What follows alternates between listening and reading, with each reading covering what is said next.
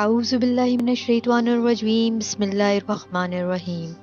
رب اشرح لی صدری ویسر لی امرا عقدۃ لسانی یفقہوا قولی آمین یا رب العالمین۔ رسول اللہ صلی اللہ علیہ وسلم کی بعثت کے 5ویں سال، یعنی جب رسول اللہ صلی اللہ علیہ وسلم کو نبوت مل چکی تھی تو اس کے 5ویں سال میں مشرکین مکہ بار بار یہ مطالبہ کر رہے تھے کہ اگر آپ اللہ کے سچے رسول ہیں تو ہمیں کوئی معجزہ کر کے دکھائیں تاکہ ہم یقین کریں کہ آپ واقعی اللہ کے سچے نبی ہیں۔ پھر ایک رات جب 14ویں کا چاند آسمان پہ جگمگا رہا تھا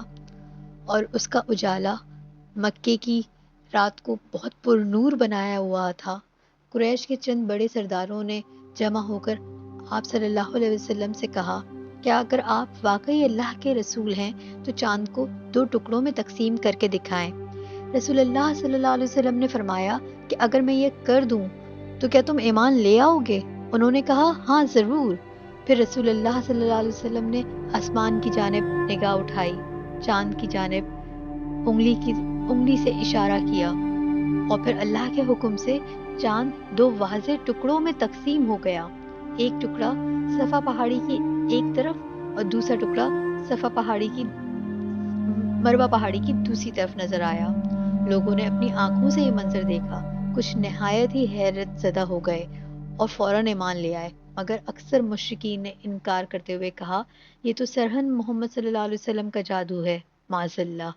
اور انہوں نے کہا کہ ہم مسافروں کا انتظار کریں گے، اگر وہ بھی یہی منظر دیکھ چکے ہوں گے تو واقعی یہ جادو نہیں ہوگا بلکہ حقیقت ہوگا۔ اور پھر کچھ دنوں بعد ہی جب مسافروں کے قافلے مکہ پہنچے تو انہوں نے بھی گواہی دی کہ ہم نے بھی راستے میں چاند کو 2 ٹکڑوں میں 2 حصوں میں تقسیم ہوتے ہوئے دیکھا تھا۔ اور اسی بات کی گواہی قرآن میں سورہ قمر کی پہلی آیت میں آئی کہ قیامت قریب آ گئی ہے اور چاند پھٹ گیا۔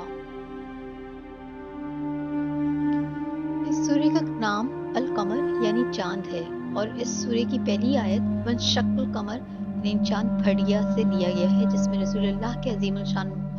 معجزے شق القمر یعنی چاند کے 2 ٹکڑے ہو جانے کا ذکر ہے۔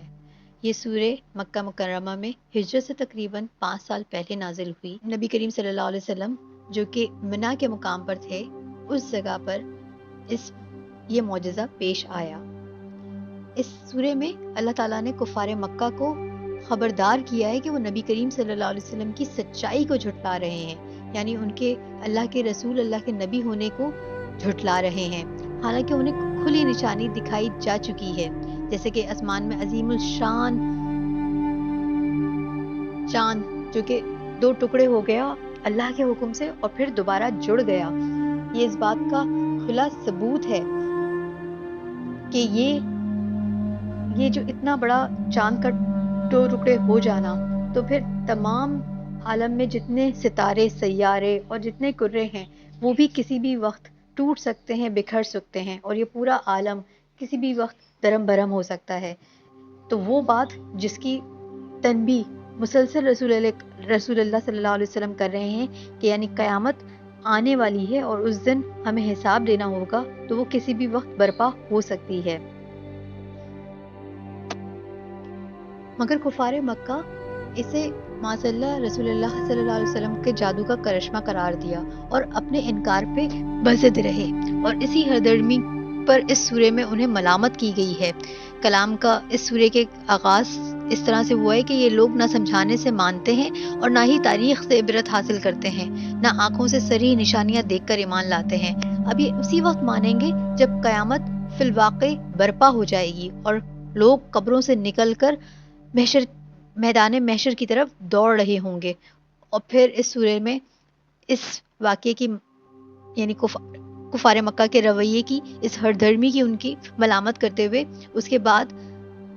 تمام پچھلی قومیں، قوم نوح، قوم عاد، قوم سمود اور قوم لوط اور پھر آل فرعون کا مختصراً الفاظ میں ذکر کرتے ہوئے بتایا گیا ہے کہ یہ کس طرح سے خدا کے بھیجے ہوئے رسولوں کی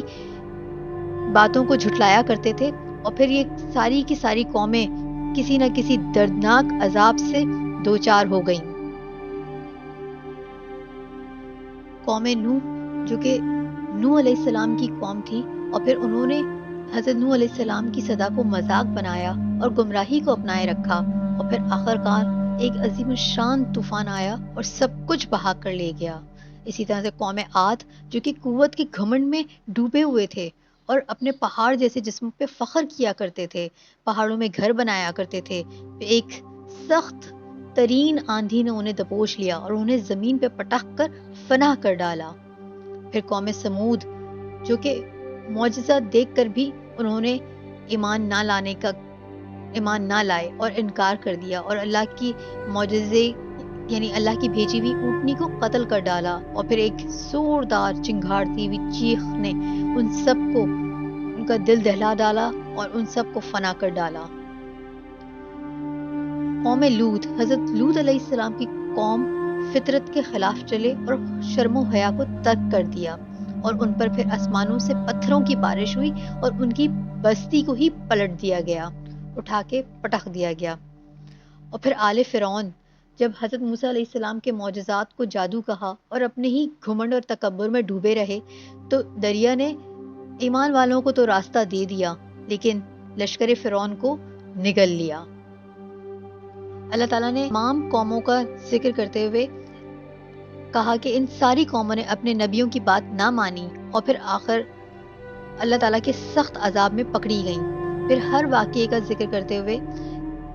قرآن میں یہ الفاظ دہرائے گئے ہیں کہ یقیناً ہم نے نصیحت کے لیے قرآن کو آسان کر دیا گیا ہے،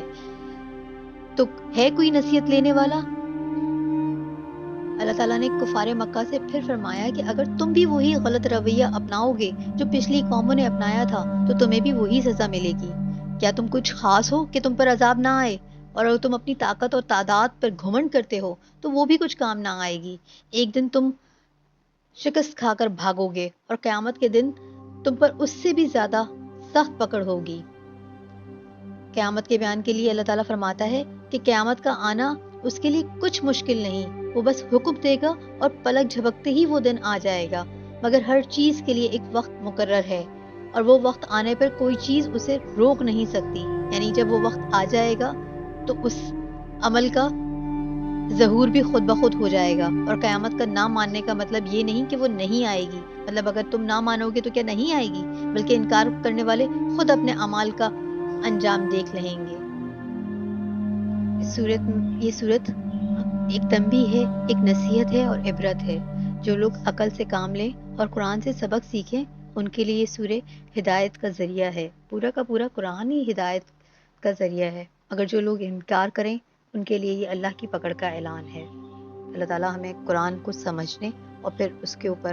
عمل کرنے کی توفیق عطا فرمائے۔